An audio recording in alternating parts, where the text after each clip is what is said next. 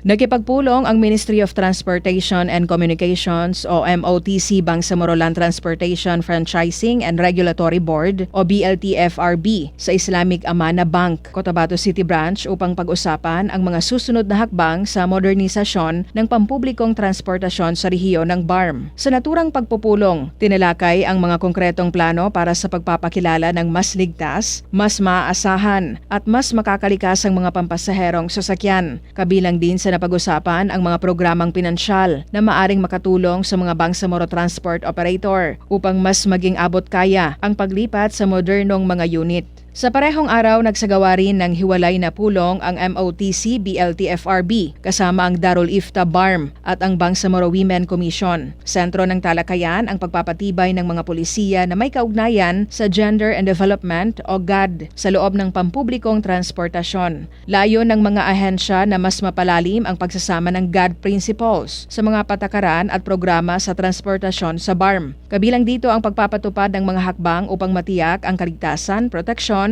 at patas sa pagtrato sa lahat ng pasahero, lalo na sa mga kababaihan. Rufa Mocalid, NDBC, Bida Balita.